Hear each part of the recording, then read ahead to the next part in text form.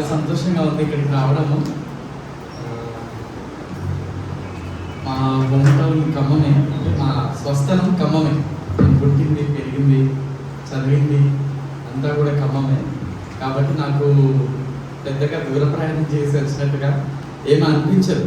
ఎప్పుడు వచ్చినా కూడా ఖమ్మం అంటే మా ఇంటికి వచ్చిన తర్వాత కొంచెం ఇలా బయటికి వెళ్ళినట్టుగా నాకు అనిపిస్తుంది. కాబట్టి చాలా సంతోషంగా ఈ మధ్యకి రావడము నాకు ఎంతో చాలా హ్యాపీగా ఉంది. నాకు తెలిసి లాస్ట్ ఇయర్ కూడా దాదాపు ఇదే సమయంలో ఇక్కడికి వచ్చాను. అప్పుడు పాస్టర్గా ట్రైన్ అవుతా ఉన్నాను. ఇప్పుడు దేవుడి కృపను బట్టి మా స్థానిక సంఘంలోనే పాస్టర్గా నన్ను అపాయింట్ చేశారు. సో సంఘ పరిచర్య ఎలా ఉంటుంది అనేది నేర్చుకోవడానికి, సంఘంలో కాపరత్వం అంటే ఏంటో అర్థం చేసుకోవడానికి దేవుడు చాలా సహాయం చేస్తూ ఉన్నారు. అండ్ ముఖ్యంగా సంఘంలో బిలీవర్స్ అంటే విశ్వాసులు, దేవుని పిల్లలు, వాళ్ళు దేవునికి ఎంత విలువైన వారు, ప్రతి ఒక్కరి జీవితం కూడా ఎంత విలువైనది అని దేవుడు చాలా నేర్పిస్తూ ఉన్నాడు. మనం ప్రార్థన చేసుకుందాము. దయచేసి దేవుని సహాయం మనం అడుగుదాం. కేవలం మన ఆత్మీయ జీవితము యేసుక్రీస్తు ప్రభువు వారి వైపు చూడడం ద్వారా ఆరంభం అవ్వడం మాత్రమే కాదు, కానీ మన ఆత్మీయ జీవితాలు కొనసాగించబడేది యేసుక్రీస్తు ప్రభు వారి వైపు చూస్తూ ప్రతిరోజు ఆయన మీద ఆధారపడడం ద్వారా. కాబట్టి మనందరం కూడా మనం హృదయాలను తెరిచి ప్రార్థన చేసుకుందాం. ఎవరైనా కానీ ఒకవేళ ఇంకా మీ ఆలోచనలు అటు ఇటు తిరుగుతుంటే వాటిని కొద్దిసేపు బయట పెట్టేసి కేవలము మన ఆలోచనలు, మన ధ్యానము దేవుని వాక్యం పైన ఉంచగలిగే విధంగా దేవుని సహాయాన్ని ప్రతి ఒక్కరం అడుగుదామండి. ఎవరు కూడా మౌనంగా ఉండద్దు. దేని గురించి ఆలోచించకుండా మనం పాడుకున్న రీతిగా ఆయన వాక్యము ఎంతో గొప్పది. అది మనల్ని జగటగల ఊపి నుంచి లేవనెత్తేది, సమతల భూమిపైన నిలవబెట్టేది. కాబట్టి ఒకసారి మనందరం కలిసి ప్రార్థన చేద్దామా? ప్రేమ గల మా పరలోకపు తండ్రి, మీ ప్రణాళికలు ఎంత గొప్పవి, మీ ఆలోచనలు ఎంత గంభీరమైనవి. అవి పాపులమైన మా హృదయాలకు అసలు అర్థం కావు ప్రభువా. దయచేసి ఈ దినాన ప్రభువా మీ ప్రేమను, మీ ప్రణాళికను మేము మీ వాక్యములో నుంచి, సువార్త నుంచి గ్రహించే విధంగా మా అందరి హృదయాలను తెరవమని మేము ప్రార్థన చేస్తూ ఉన్నాము. కఠినమైన మా హృదయాలను మెత్తని హృదయాలుగా చేయండి. క్రీస్తును సౌందర్యంగా మాకు చూపించండి. మీ వాక్యాన్ని హెచ్చించుకొనండి. మా హృదయంలో ఉన్న పాపాన్ని మీరు బయలుపరచండి, బట్టబయలు చేయమని ప్రార్థిస్తూ, బలహీనులమైన మమ్మల్ని మీ చేతులకు అప్పగిస్తూ యేసుక్రీస్తు వారి నామంలోనే ఈ ప్రార్థన మీకు సమర్పిస్తూ ఉన్నాం తండ్రి. ఆమేన్. సో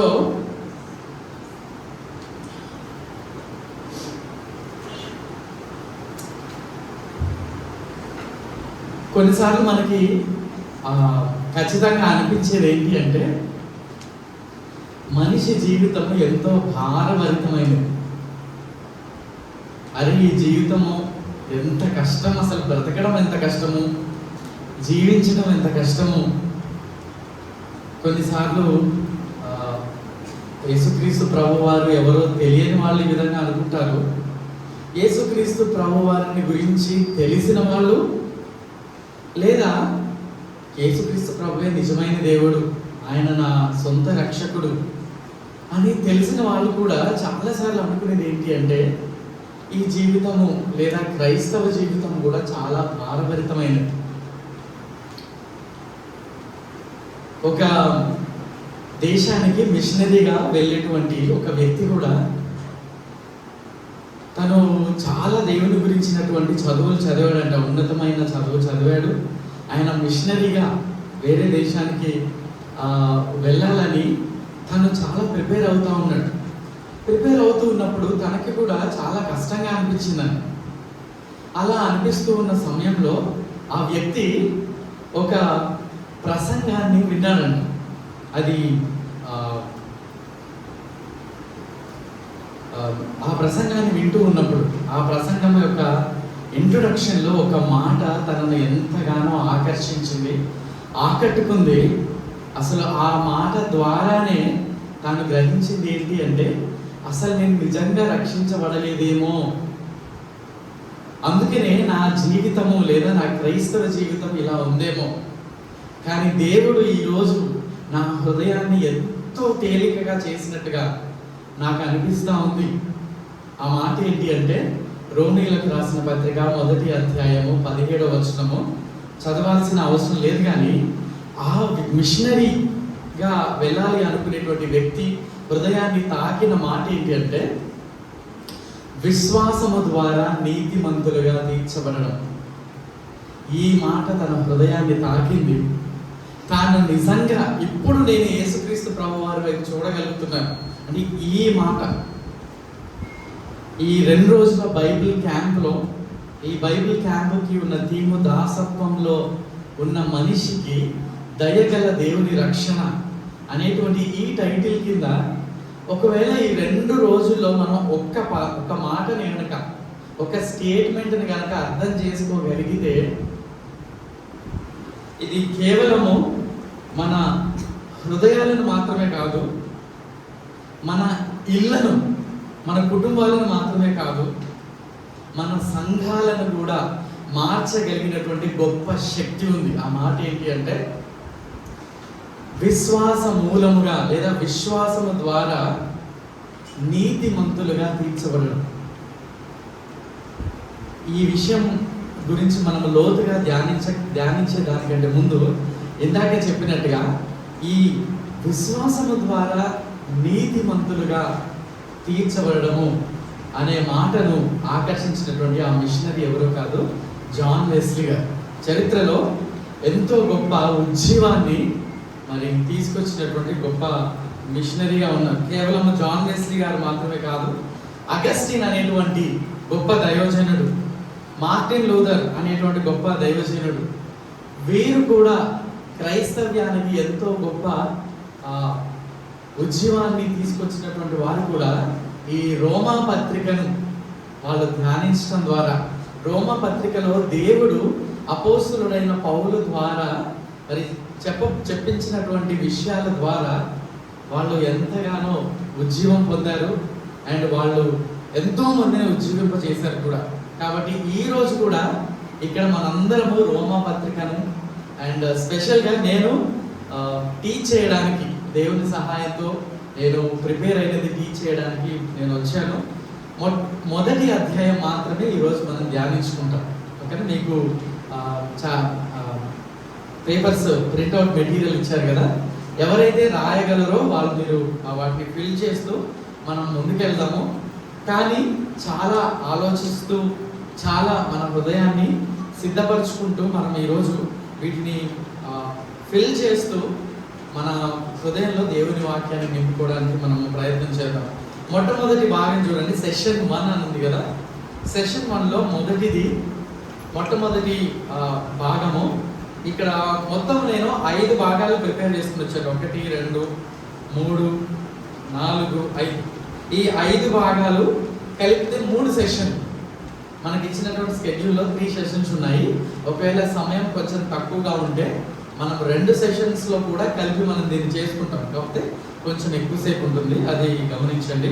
కాబట్టి సెషన్ 1లో మనము 1వ భాగము, 2వ భాగంలో కొంచెము, అదేవిధంగా 5వ భాగాన్ని మనం చూసుకుందాం మొట్టమొదటిగా. సో మొదటి భాగం మనం చూసుకునేది ఏంటి అంటే, రచయిత పరిచయ మాటలు. రోమా పత్రిక, అందరం రోమా పత్రిక దగ్గరికి వెళ్దామా? రోమీయులకు రాసిన పత్రిక బైబిల్లో, రోమీయులకు రాసిన పత్రిక మొదటి అధ్యాయము 1 నుంచి లేదా మొట్టమొదటి వచనాన్ని చదువుతున్నాను, దయచేసి గమనించండి. యేసుక్రీస్తు దాసుడును అపోస్తలుడుగా నుండుటకు పిలువబడిన వాడును దేవుని సువార్త నిమిత్తము ప్రత్యేకింపబడిన వాడునైన పౌలు. ఓకేనా, ఇంతవరకు.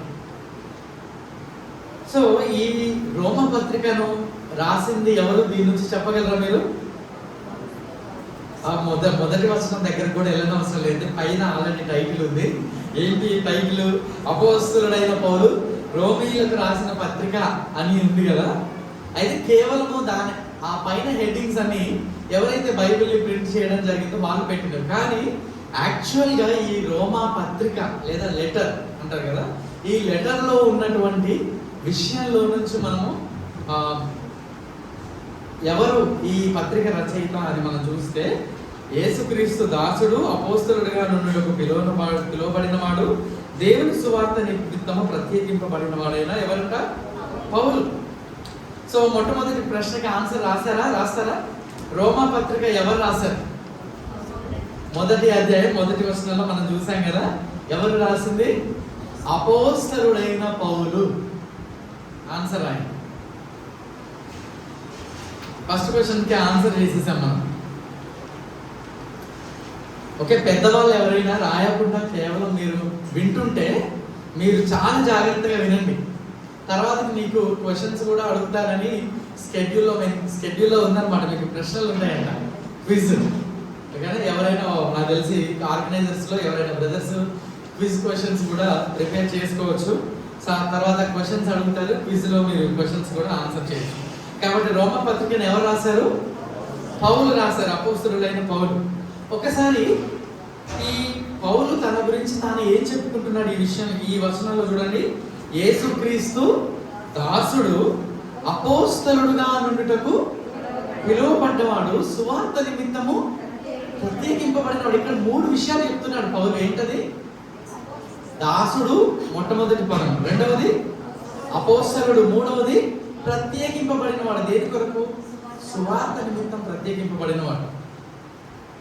అయితే సువార్త నిమిత్తము ప్రత్యేకింపబడక ముందు, అపోస్తలుడుగా అవ్వక ముందు, లేదా దేవునికి లేదా యేసుక్రీస్తు ప్రభువుకి దాసుడుగా లేకముందు అసలు ఎవరి పౌలు అని కనుక మనం చూస్తే, ఈ పత్రిక రాయక ముందు పౌలును మనం ఎక్కడ చూడొచ్చు అంటే అపోస్తలుల కార్యాల్లో మనం చూస్తాం. ఒక్కసారి అపోస్తలుల కార్యాలు 9వ అధ్యాయము, మీకు అక్కడ కింద రెఫరెన్స్ ఇచ్చాను కదా. పౌలు జీవితంలో ఒక సంఘటన జరిగిందంట. ఏంటి ఆ ముఖ్యమైన సంఘటన? పౌలు జీవితంలో ఏం జరిగిందో అపోస్తలుల కార్యాలు 9వ అధ్యాయము 1 నుంచి 5 వచనాలు నేను చదువుతున్నాను. దయచేసి మీరు చాలా జాగ్రత్తగా ఈ స్టోరీని లేదా ఈ సంఘటనను లేదా ఈ సాక్ష్యాన్ని, మీకు సాక్ష్యాలు అంటే చాలా ఇష్టం కదా, చాలా మంది ఆదివారం కూడా సాక్ష్యాలు చెప్తూ ఉంటారు. లేదా ఈ సంఘటనను, ఈ సాక్ష్యాన్ని, ఈ కథనాన్ని ఒకసారి నేను చదువుతున్నాను, మీరు చాలా జాగ్రత్తగా వినండి. 9వ అధ్యాయం 1వ వచనం. సౌలు అనుంది కదా ఇక్కడ. ఇదేంటి? ఇప్పటిదాకా పౌలు గురించి మాట్లాడాము, ఇప్పుడు సౌలు అనుంది ఏంటి అని. యాక్చువల్గా సౌలన్న పౌలన్న ఒకటే పేరు. రక్షించబడిన తర్వాత పౌలు కాలేదు, సౌలు కదా. చాలా మంది అలాంటి పేర్లు పెట్టుకుంటారు కదా. అంతకుముందు ఫర్ ఎగ్జాంపుల్ సీతమ్మ అని పేరు అనుకోండి, రక్షించబడడానికి స్వార్థమ్మ అని పెట్టుకుంటారు. అక్షరాలు కూడా కలిసి వస్తున్నాయి కదా అని అట్లా పెడతా ఉంటారు. సో అలాగే రక్షించబడక ముందు సౌలు, రక్షించబడిన తర్వాత పౌలు అనేది కాదు. రోమా సామ్రాజ్యంలో చూసినప్పుడు ఈ సౌలునే పౌలుగా అని పిలవడం అనేది మనం చూస్తాం. అంటే 2 పదాలకు తేడా లేదు, సౌలు అన్నా పౌలు అన్నా కూడా ఒకటే. అయితే ఈ సౌలు లేదా పౌలు ఏం చేస్తున్నాడంటే ఇక్కడ, సౌలు ఇంకను ప్రభువు యొక్క శిష్యులను బెదిరించుటను హత్య చేయుటను తనకు ప్రాణాధారమైనట్టు ప్రధాన యాజకుని యొద్దకు వెళ్ళి ఈ మార్గమందున్న, అంటే మార్గం అంటే ఏంటి? యేసుక్రీస్తు ప్రభు మార్గములో లేదా విశ్వాస మార్గంలో ఉన్న వారిని, పురుషులనైనను స్త్రీలనైనను కనుగొనిన ఎడల వారిని బంధించి యెరూషలేమునకు తీసుకొని వచ్చుటకు దమస్కులోని సమాజంలో వారికి పత్రికలు ఇమ్మని అడిగాను. అయితే ఈ మొదటి 2 వచనాల్లో మనకు అర్థమైంది ఏంటి అంటే, అసలు ఈ సౌలు లేదా పౌలు ఎవరంటే, మొట్టమొదటిగా ఈ యేసుక్రీస్తు ప్రభు వారి శిష్యులను లేదా విశ్వాసులను, ఈయన పని ఏంటి అంటే విశ్వాసులను బెదిరించడం అంట. అంటే క్రైస్తవులను బెదిరించటము, అవసరమైతే ఏం చేసేవాడంట, హత్య చేయడం. క్రైస్తవులను బెదిరించడము, క్రైస్తవులను హత్య చేయడము. ఇంకా చెప్పాలి అంటే ఈ సౌలు లేదా ఈ పౌలు ఎవరంటే పరిసయ్యుడు. పరిసయ్యులు అనేది ఒకవేళ మీకు అంతకుముందు మీరు వినుండే, శాస్త్రులు, పరిసయ్యులు, సద్దుకాయలు తెలుసు కదా. పరిసయ్యులు అంటే ఎవరంటే వీళ్ళు యూదా మతానికి చెందిన వాళ్ళు. ఓకేనా, యూదా మతానికి చెందినటువంటి ఒక గుంపు అన్నమాట. క్రిస్టియానిటీ క్రైస్తవ్యంలో కూడా చాలా గుంపులు ఉంటాయి, డినామినేషన్స్ ఉన్నట్టే ఈ యూదా మతంలో ఒక గుంపు, అదేంటి, పరిసయ్యులు. ఈ పరిసయ్యులు ఏం చేస్తూ ఉంటారంటే, వాళ్ళు ధర్మశాస్త్రాన్ని చాలా నిష్టగా ఫాలో అవుతూ ఉంటారు. ధర్మశాస్త్రాన్ని నిష్టగా ఫాలో అవుతూ ఉంటారు. ఇంకా చెప్పాలంటే ధర్మశాస్త్రంలో ఉన్నవి మాత్రమే కాదు, కానీ వాళ్ళు సొంతగా ఏర్పరచుకున్నటువంటి ఏవైతే ఆచారాలు ఉన్నాయో వాటిని కూడా చాలా జాగ్రత్తగా, నిష్టగా, కేర్ఫుల్గా ఫాలో అవుతూ ఉంటారు. అలా చాలా చాలా నిష్టగా ఫాలో అయినటువంటి వ్యక్తులలో ఈ పరిసయ్యుడైనటువంటి, ఇప్పుడు ఎవరు, ఈయన పౌలు గురించి మనం మాట్లాడుతున్నాం. ఇంత నిష్టగా ఉన్నటువంటి పౌలు ఏం చేస్తున్నారో తెలుసా, ఎవరైతే క్రైస్తవులు ఉన్నారో, ఎవరైతే ఈ విశ్వాస మార్గంలో ఉన్నారో వాళ్ళని బెదిరిస్తూ, అది యూదా మతంలోనికి మారిన వాళ్ళైనా కానీ, లేదా అన్య మతంలో నుంచి క్రైస్తవ్యంలో నుంచి వచ్చిన వాళ్ళైనా కానీ, వాళ్ళని ఈడ్చుకుంటూ, వాళ్ళని హత్య చేస్తూ, వాళ్ళని బెదిరిస్తూ, ఇలాంటి పరిస్థితుల్లో చాలా ఘోరంగా ఉన్నాడు. ఒకవేళ మన కల్చర్లో కనుక చూస్తే ఎవరు అనుకోవచ్చండి ఇలాంటి వాళ్ళు? మన కల్చర్లో చూస్తే ఇలా క్రైస్తవులను బెదిరించే వాళ్ళు, క్రైస్తవులని కొట్టేవాళ్ళు, హత్య చేసేవాళ్ళు, లేదా బెదిరించిన అసలు విశ్వాసంలో నుంచి బయటికి వచ్చేయాలి అనేవాళ్ళు ఎవరు? ఓకేనా, కొంతమంది చెప్పారు ఏంటది, ఆర్ఎస్ఎస్ భజనందాలు, ఆర్ఎస్ఎస్ వాళ్ళు తెలుసు కదా, హిందూ మతంలో ఉండి మరి యేసుక్రీస్తుని మీరు నమ్ముకోవద్దని చెప్పి బెదిరిస్తూ, వీలుంటే మళ్ళీ క్రైస్తవ్యంలో నుంచి తిరిగి మీరు వెనక్కి రావాలి అని చెప్పేటువంటి ఒక గుంపులాగా మనకు పౌలుని చూస్తే అట్లాంటి వ్యక్తి అని అర్థమైంది. అలాంటి వ్యక్తి జీవితంలో ఏం జరిగిందో చూడండి, 3వ వచనము 9వ అధ్యాయం అపోస్తలుల కార్యాలు. అతడు ప్రయాణం చేయించు దమస్కు దగ్గరకు వచ్చినప్పుడు అకస్మాత్తుగా ఆకాశం నుంచి ఒక వెలుగు అతని చుట్టూ ప్రకాశించింది. అప్పుడు అతను నేల మీద పడి, సౌలా సౌలా నీవేళ నన్ను హింసించుచున్నావని తనతో ఒక స్వరము పలుకుట వినెను. ఇప్పుడు దమస్కు మార్గం గుండా వెళ్తా ఉన్నాడు. అకస్మాత్తుగా ఏమైందంటే, ఇప్పుడు పౌలు జీవితంలో ఒక గొప్ప వెలుగు వచ్చిందంట. ఆ వెలుగు అతని చుట్టూ ప్రకాశించినప్పుడు ఇప్పుడు ఏంటి, ఆయన నేల మీద పడ్డాడు. సడన్ గా నేల మీద పడ్డాడు.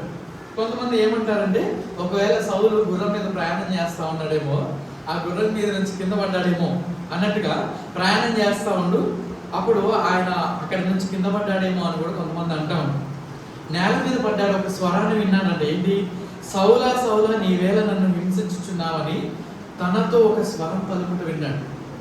అప్పుడు వెంటనే సౌలు లేదా పౌలు ఏమన్నాడండి, ప్రభువా నీవెవడమని అతను అడగగా ఆయన, నేను నీవు హింసించుచున్న యేసును. యేసుక్రీస్తు ప్రభువారు పౌలును దర్శించడం జరిగింది. పౌలు జీవితంలో హింసకుడు, దూషకుడు, హానికరుడైనటువంటి పౌలు జీవితంలో ఇది ఒక అద్భుతమైన సంఘటన. చూడండి, పౌలు జీవితము పూర్తిగా మారేటువంటి ఒక సంఘటన. ఈ సంఘటన దేని ద్వారా జరగబోతోంది లేదా జరుగుతుందంటే, యేసుక్రీస్తు ప్రభువారు పౌలు యొక్క జీవితంలో జోక్యం చేసుకోవడం ఇక్కడ మనం చూస్తా ఉన్నాం. యేసుక్రీస్తు ప్రభువారు ఏమంటున్నాడు, నీవు హింసించుచున్న యేసును. పౌలు ఎవరిని హింసించాడు? అసలైతే హింసించింది ఎవరు? పౌలు విశ్వాసులను. కానీ ఇక్కడ మరి అక్కడ వెలుగులో, దర్శనంలో మరి దేవుడే తనతో మాట్లాడుతూ ఉన్నప్పుడు దేవుడు మాట్లాడిన విషయం ఏంటి, నీవు నేను నీవు హింసించుచున్న యేసును. అంటే ఎవరైతే విశ్వాసులను ఒకవేళ హింసిస్తున్నారో, నువ్వు విశ్వాసులై ఉండి, నీవు క్రైస్తవుడు అయి ఉండి నువ్వు హింసించబడుతున్నావంటే, లేదా నిన్ను హింసిస్తున్నారు, నిన్ను ఇబ్బందులకు గురి చేస్తున్నారు, నిన్ను అవమానపరుస్తున్నారు, లేదా నీ విశ్వాసాన్ని బట్టి నీవు హింసలకు గురవుతున్నావంటే నువ్వు చాలా సంతోషించాలి. ఏంటో తెలుసా? యాక్చువల్గా వాళ్ళు నిన్ను కాదు హింసించేది, ఎవరిని హింసిస్తున్నారు? యేసుక్రీస్తు ప్రభువుని హింసిస్తున్నారు. అయితే దీంట్లో సంతోషించడానికి ఏముంది అంటే, మత్తయి సువార్త 5వ అధ్యాయంలో యేసుక్రీస్తు ప్రభువు ఏం చెప్పారు? నా నామము నిమిత్తము నీవు హింసింపబడుతున్నప్పుడల్లా, దూషించబడుతున్నప్పుడల్లా నీవు ధన్యుడవు, పరలోకమందు నీ ఫలము అధికమవుతుంది. అయితే కానీ ఇక్కడ పౌలు విశ్వాసాలను హింసిస్తే నీవు నన్ను హింసిస్తున్నావని యేసుక్రీస్తు ప్రభువు అని అన్నాడు. దాని తర్వాత ఏమవుతుందో చూడండి. తర్వాత యేసుక్రీస్తు ప్రభువారు ఏమంటున్నారు? లేచి పట్టణంలోనికి వెళ్ళుము, అక్కడ నువ్వు ఏం చేయాలో అది నీకు చెప్తాను అని చెప్పిన తర్వాత అతనితో ప్రయాణం చేసిన మనుష్యులు ఆ స్వరము వినిరు కానీ ఎవరిని చూడక మౌనులై నిలువబడిరి. దాని తర్వాత మనము సౌలు నేల మీద నుండి లేచి కన్నులు తెరిచినను ఏమీ చూడలేకపోయారు కనుక వారు అతను చేయి పట్టుకుని దమస్కులోనికి నడిపించారు. అతడు 3 దినాలు చూపు లేక అన్నపానములు ఏమీ పుచ్చుకొనక ఉండండి. 3 దినాలు పౌలుకి చూపు లేదు. అంటే దేవుడు పౌలుకి అంధకారం కలిగజేశాడు. యాక్చువల్గా ఇక్కడ పౌలుకి దేవుడు గుడ్డితనాన్ని కలిగజేశాడు. కానీ అసలు సిసలైన విషయం ఏంటంటే, దేవుడు పౌలు యొక్క మనోనేత్రాలను వెలిగిస్తున్నాడు. అంటే హింసకుడు, దూషకుడు, హానికరుడైనటువంటి ఒక వ్యక్తి జీవితంలో దేవుడు గనక జోక్యం చేసుకుంటే, కేవలము దేవుడు జోక్యం చేసుకుంటేనే మన జీవితాలు గుడ్డితనంలో నుంచి మన జీవితాలు వెలిగించబడతాయి. ఏ వ్యక్తి ఒక వ్యక్తిని మార్చలేడు, ఏ మతము కూడా ఎవరిని మార్చలేదు. కేవలము దేవుడు మాత్రమే నిన్ను నన్ను మార్చగలడు అనేది మనం అర్థం చేసుకోవాలి. ఆ తర్వాత 15-16 వచనాలు చూడండి. అప్పుడు యేసుక్రీస్తు ప్రభువారు పౌలుకి ఒక పనిని అప్పగిస్తా ఉన్నాడు, ఒక కమిషన్ ఇస్తా ఉన్నాడు. అందుకు ప్రభువు, నీవు వెళ్ళుము, అన్యజనుల ఎదుటను, రాజుల ఎదుటను, ఇశ్రాయేలీల ఎదుటను నా నామము భరించుటకు నేను ఏర్పరచుకున్న సాధనమై ఉన్నాడు. ఇతడు నా నామము కొరకు ఎన్ని శ్రమలను అనుభవించుకోలేనో నేను ఇతనికి చూపుదునని అతనితో చెప్పాను. అంటే అననీయాకి దేవుడు, మరి ప్రభువు వారు అననీయాకి చెప్పడము అంటే పౌలు తర్వాత ఏమవుతాడు, ఏం చేస్తాడని చెప్తాడు. అంటే పౌలు గురించి చెప్తూ ఇక్కడ 15-16 వచనాల్లో మనం ఏం చూస్తున్నాము?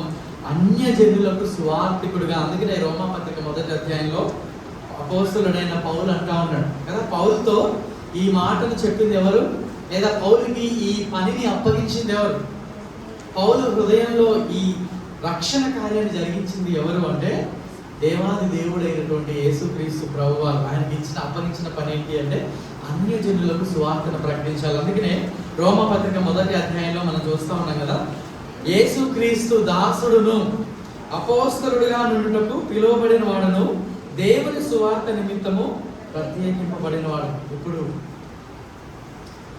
ఒకప్పుడు క్రైస్తవులను హింసించేటువంటి ఈ పౌలు ఇప్పుడు ఏమయ్యాడు? ఇప్పుడు ఏమంటున్నాడు తన గురించి? యేసుక్రీస్తు దాసుడు. చూడండి, దాసులు ఈ రోమా పత్రిక అంటే రోమా ప్రదేశంలో ఉండేటువంటి వ్యక్తులకు రాస్తా ఉన్నాడు. ఒకసారి మనం కిందకి వెళ్ళి మనము చూద్దాం. రెండో పాయింట్ చూడండి. పౌలు ఎవరికి ఈ పత్రిక రాస్తున్నాడు? ఎవరికి రాశాడండి? అపోస్తలుడైన పౌలు ఎవరికి రాశాడు ఈ పత్రికను? చూడండి, దేవుని సువార్త నిమిత్తము ప్రత్యేకింపబడిన వాడునైన పౌలు రోమాలో ఉన్న దేవుని ప్రియులకు అందరికీ, అనగా పరిశుద్ధులుగా ఉండుటకు పిలువబడిన వారందరికీ శుభమని చెప్పి రాయనది. ఎక్కడ ఉన్న దేవుని ప్రియులంట? రోమాలో. అంటే పౌలు ఈ పత్రికను ఎవరికి రాస్తా ఉన్నాడంటే, మీరు సమాధానం అక్కడ ఆన్సర్ రాయగలిగిన వారు రోమాలో ఉన్న సంఘానికి లేదా సంఘాలకు అని కూడా రాయచ్చు. రోమాలో ఉన్న దేవుని ప్రజలకు అని రాయచ్చు. రోమాలో ఉన్న సంఘానికి లేదా దేవుని ప్రజలకు రాస్తా ఉన్నాడు.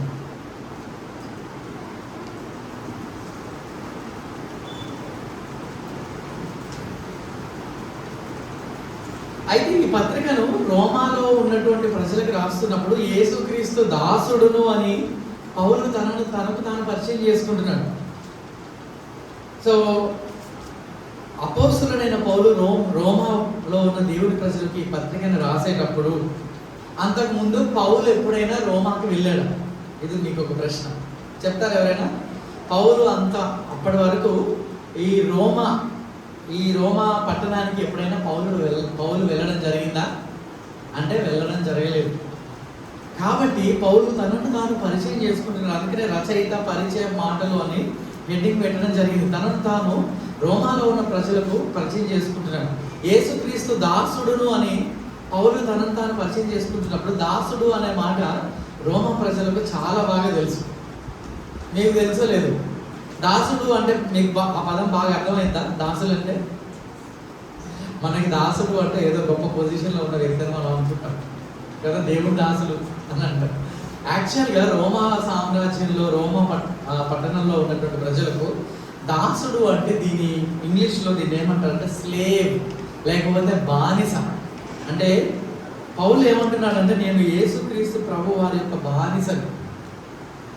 ఒకప్పుడు యేసుక్రీస్తు ప్రభుని హింసించాను, కానీ ఇప్పుడు యేసుక్రీస్తు ప్రభువు ఆయన ఎవరో నాకు ఇప్పుడు అర్థమైంది. ఆయన ఎవరు అనేది మనం తర్వాత మనం సెకండ్ దాంట్లో మనం చూసుకుంటాం. కానీ ఇప్పుడు ఆ యేసుక్రీస్తు ప్రభువు వారికి నేను దాసుడుగా ఉన్నాను అనేసి చెప్తా ఉన్నాడు అనమాట. అంటే ఈ బానిస అంటే ఏంటి అంటే యజమానికి తనను తాను అప్పగించుకునేవాడు అనేది మనం అర్థం చేసుకోవచ్చు. అంటే దాసుడికి ఎలాంటి రైట్స్ ఉండవు. ఓకేనా? సో రోమా సామ్రాజ్యంలో చూస్తే కనుక ఈ స్లేవ్స్, ఈ బానిసలను ఎలా చూస్తారంటే వారు ఈ బానిసలను ఒక మనుషుల్లాగా లేదా వ్యక్తుల్లాగా చూడరు. వాళ్ళని పని వాళ్ళలాగా, లేకపోతే వాళ్ళకి ఆస్తి ఉంది, ఆ ఆస్తిలో ఈ మనుషులు కూడా ఒక ఆస్తి లాగా, అంటే ఒక మనిషి లాగా కూడా చూడతారు. అంటే ఈ అపోస్తలుడైనటువంటి పౌలు, పరిసయుడైనటువంటి పౌలు రోమా సిటిజన్షిప్ కూడా ఉంది ఆయనకి. అలాంటి పౌలు అంత గొప్ప ధనవంతుడు, చాలా గొప్ప విషయాలు కలిగినటువంటి పౌలు ఇప్పుడు నేను బానిసను అని తను తాను పరిచయం చేసుకుంటున్నాడు కదా. అపోస్తలుడు అంటే అర్థం ఏంటి అంటే పంపబడినవాడు. అంటే యేసుక్రీస్తు ప్రభు వారే పౌలును అన్ని జనులకు సువార్థికుడిగా ఆయన పంపిస్తూ ఉన్నాడు అనేది ఇక్కడ మనకి అర్థమవుతూ ఉంది. అంటే ఒక అధికారికంగా దేవాది దేవుడే అధికారికంగా అపోస్తలుడిగా పౌలును పంపిస్తూ ఉన్నాడు అనేది మనకు అర్థమవుతుంది. అయితే ఈ పత్రిక సుమారు క్రీస్తు శకం 55 నుంచి 57 మధ్యలో రాయబడింది. సో అప్పుడు రోమా సామ్రాజ్యం ఎలా ఉంది అంటే ప్రపంచంలోనే అత్యంత శక్తి కలిగినటువంటి ఒక సామ్రాజ్యంగా రోమా సామ్రాజ్యం ఉంది. ఓకేనా? ఈరోజు కల్లూరు లేకపోతే ఖమ్మం లాంటి ప్రదేశం కాదు.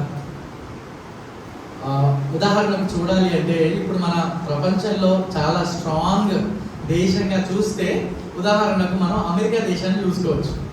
అమెరికా దేశం ఈ ప్రపంచానికి ఒక గొప్ప దేశంగా ఎలా ఉందో, అప్పుడు ఆ కాలంలో రోమా సామ్రాజ్యం ప్రపంచాన్ని ఏలుతున్నటువంటి రోజు. ఆ రోమా సామ్రాజ్యంలో చాలా చదువుకున్న వాళ్ళు ఉన్నారు, చాలా అంటే మిలిటరీ అంటే ఏమంటారు సైనిక దళాలు బహుగా కలిగినటువంటి సామ్రాజ్యంగా రోమా సామ్రాజ్యం ఉంటా ఉంది అన్నమాట. అక్కడ ఉన్నటువంటి ప్రజలకు పౌలు ఈ యొక్క పత్రికను రాస్తా ఉన్నాడు. తాను ఎప్పుడు కూడా రోమా పట్టణానికి వెళ్ళలేదు, కానీ ఈ లెటర్ని రాసి పంపిస్తా ఉన్నాడు. అయితే ఈ రోమా సామ్రాజ్యానికి సువార్త ఎలా వచ్చింది అనేది కనుక మనం ఆలోచన చేస్తే కొంతమంది బైబిల్ స్కాలర్స్ ఏం చెప్తారంటే అసలు ఇక్కడికి సువార్త ఎలా వచ్చిందంటే కొంతమంది ఈ విధంగా చెప్తారన్నమాట. అపోస్తల కార్యాలు 2వ అధ్యాయంలో మనము మేడగదిలో పరిశుద్ధాత్మ దేవుడు దిగి రావడము, దాని తర్వాత వాళ్ళందరూ కూడా ప్రపంచంలో ఉన్నటువంటి ఇతర భాషలలో వాళ్ళు మాట్లాడినప్పుడు అక్కడ రోమా పట్టణంలో నుంచి కూడా వచ్చినటువంటి యూదులు లేకపోతే ఇతర ప్రజలు ఎవరైతే రోమా పట్టణానికి వచ్చారో వాళ్ళు ఈ సువార్తను రోమా పట్టణానికి తీసుకొని వెళ్ళి ఉండొచ్చు, తద్వారా రోమా పట్టణంలో సంఘాలు ఏర్పడి ఉండొచ్చు అనేటువంటి విషయాలు చెప్తారు. సరే, ఇదంతా కూడా కొంచెం మీకు టెక్నికల్గా అనిపిస్తూ ఉండొచ్చు, కానీ అసలైతే మనకు అర్థమయ్యే విషయం ఏంటి, రోమా పట్టణము చాలా బలము కలిగినటువంటి పట్టణము. అక్కడ బానిసలు ఉన్నారు, అక్కడ గొప్ప గొప్ప ధనవంతులు ఉన్నారు, రోమా పట్టణము లో రక్షించబడినటువంటి, అంటే యూదా మతంలో నుంచి రక్షించబడిన విశ్వాసులు ఉన్నారు. అదేవిధంగా రోమా పట్టణంలో ఆ సంఘంలో, ఏ సంఘానికి అయితే పౌలు రాస్తా ఉన్నాడో, అన్యజనులలో నుంచి రక్షించబడిన వారు ఉన్నారు. ఇంకా చెప్పాలంటే రక్షించబడని వాళ్ళు కూడా ఉన్నారు. ఓకేనా? 3 రకాల ప్రజల గుంపులు ఉన్నారు. ఈ అపోస్తులైన పౌలు ఎవరికైతే రోమాలో ఉన్నటువంటి సంఘం రాస్తున్నారు చెప్తారా? ఇప్పుడే చెప్పాను కదా నేను, 3 రకాల ప్రజలు ఉన్నారు. ఒకళ్ళు ఏంటి అంటే యూదా మతంలో నుంచి క్రైస్తవ్యానికి వచ్చిన వాళ్ళు ఉన్నారు, మొదటి గుంపు. రెండవది ఏంటి, అన్య జనులలో నుంచి క్రీస్తుని నమ్ముకున్న వాళ్ళు ఉన్నారు, అలా కూడా ఉన్నారు. మూడవది ఏంటి అంటే రక్షించబడని వాళ్ళు కూడా రోమా పట్టణంలో ఉన్నటువంటి ఆ సంఘంలో వాళ్ళు ఉన్నారు అనేది మనము చూస్తూ ఉన్నాం. సరే, తర్వాత మనము నెక్స్ట్ వచనాల్లోనికి వెళ్దాం. చూడండి, మొదటి అధ్యాయంలో మనం తర్వాత వచనం చూద్దాం. రోమాలో ఉన్న దేవుని ప్రియులకందరికీ, అనగా పరిశుద్ధులుగా ఉండటకు పిలువబడిన వారందరికీ శుభమని చెప్పి రాయినది, మన తండ్రి అయిన దేవుని నుండి ప్రభు అయిన యేసుక్రీస్తు నుండి కృపా సమాధానములు మీకు కలుగునుగాక అని రాసిన తర్వాత ఇక్కడ అపోస్తలుడైన పౌలు ఒక గొప్ప విషయం గురించి మనకి చెప్తా ఉన్నాడు. అది 2వ భాగంలోకి మనం వెళ్దాం. ఒకసారి చూడండి. 2వ భాగం ఏంటి? సువార్త వాగ్దానము, దాని యొక్క నెరవేర్పు. ఇది చాలా చాలా ఇంపార్టెంట్ విషయం. చూడండి, 4వ వచనం నుంచి 7వ వచనం. తెలుగు బైబిల్లో 1, 2, 3, 4, 5, 6, 7 వచనాలు లేవు కదా. 1, 2, దాని తర్వాత ఏముంది కింద 7 వచనం. అంటే 2 నుంచి 7 వచనాలు అన్నీ కూడా కలిగి ఉన్నాయి. కాకపోతే ఈ 4 నుంచి 7 వచనాలను కొంచెం మనము డివైడ్ చేసి దాని కనుక మనం ఆలోచన చేస్తే సువార్త యొక్క వాగ్దానము, దాని యొక్క నెరవేర్పును గురించి అపోస్తలుడైన పౌలు మాట్లాడుతూ ఉన్నాడు. చూడండి, 4వ వచనంలో మనం ఏం చూస్తున్నామంటే ఇక్కడ చూడండి, దేవుడు తన కుమారుడును మన ప్రభువునైన యేసుక్రీస్తు విషయమైన ఆ సువార్తను పరిశుద్ధ లేఖనముల యందు తన ప్రవక్తల ద్వారా ముందు వాగ్దానం చేసింది. ఓకేనా? సో ఇక్కడ ఒక చాలా చాలా ఇంపార్టెంట్ పదాన్ని మనం చూస్తాం. ఏంటి ఆ పదాన్ని అంటే, నేను ఇక్కడ మీకు కింద వచనం ఇచ్చాను కదా, ఉందా వచనం అక్కడ? దేవుడు తన, మీ మెటీరియల్ చూడండి, దేవుడు తన కుమారుడును మన ప్రభువునైన యేసుక్రీస్తు విషయమైన సువార్తను. ఇప్పుడు ఈ సువార్త అనే పదాన్ని గురించి మనం ఆలోచన చేద్దాం. ఇక్కడ వచనంలో ఏముందండి? దేవుడు తన కుమారుడును మన ప్రభువునైన యేసుక్రీస్తు విషయమైన సువార్త. అంటే ఇక్కడ ప్రశ్న ఉంది చూడండి, సువార్త అంటే ఎవరిని గురించి విషయం అని పౌలు చెప్తున్నాడు. సువార్త అంటే ఎవరిని గురించిన విషయం అంటే ఆ వచనాల్లో చూస్తే మనకి ఏమర్థమవుతుంది? దేవుడు కుమారుడు ప్రభువైన యేసుక్రీస్తు విషయమైన సువార్త. ఇక్కడ ఒకసారి మనం ఆగి మనం ప్రశ్నిస్తున్నాం. సాధారణంగా సువార్త అనే అన్నప్పుడు మనకు గుర్తొచ్చేది ఏంటి? సువార్త అనే పదాన్ని విన్నప్పుడు మీకు ఏమనిపిస్తుంది చెప్తారా ఎవరైనా? సువార్త అన్నప్పుడు మనకు గుర్తొచ్చేది ఏంటి? వెంటనే మనం ఏమనుకుంటామంటే, సువార్త అంటే మరి ఎవరైతే యేసుక్రీస్తు ప్రభు గురించి తెలియదో వెళ్ళి వాళ్ళకి సువార్త చెప్పాలి అని అనుకుంటాం. సువార్త అంటే మనకు గుర్తొచ్చేది ఏంటి అంటే, మనము చాలా మందికి దేవుడిని నమ్మని వాళ్ళు ఉన్నారు, వాళ్ళకి వెళ్ళి మనం సువార్త చేయాలి అనేసి మనం అనుకుంటా ఉంటాం కదా. కానీ దేవుడి వాక్యంలో స్పష్టంగా ఇక్కడున్న విషయం ఏంటి అంటే, సువార్త అంటే ఎవరిని గురించిన విషయము అని ఇక్కడ వాక్యం చెప్తా ఉంది. అంటే ఆన్సర్ రాసుకోండి మీరు. సువార్త అంటే ఇక్కడ యేసుక్రీస్తు, దేవుని కుమారుడు మన ప్రభు అయిన యేసుక్రీస్తుని గురించిన విషయం. సువార్త అంటే ప్రభు అయిన యేసుక్రీస్తు గురించిన విషయము.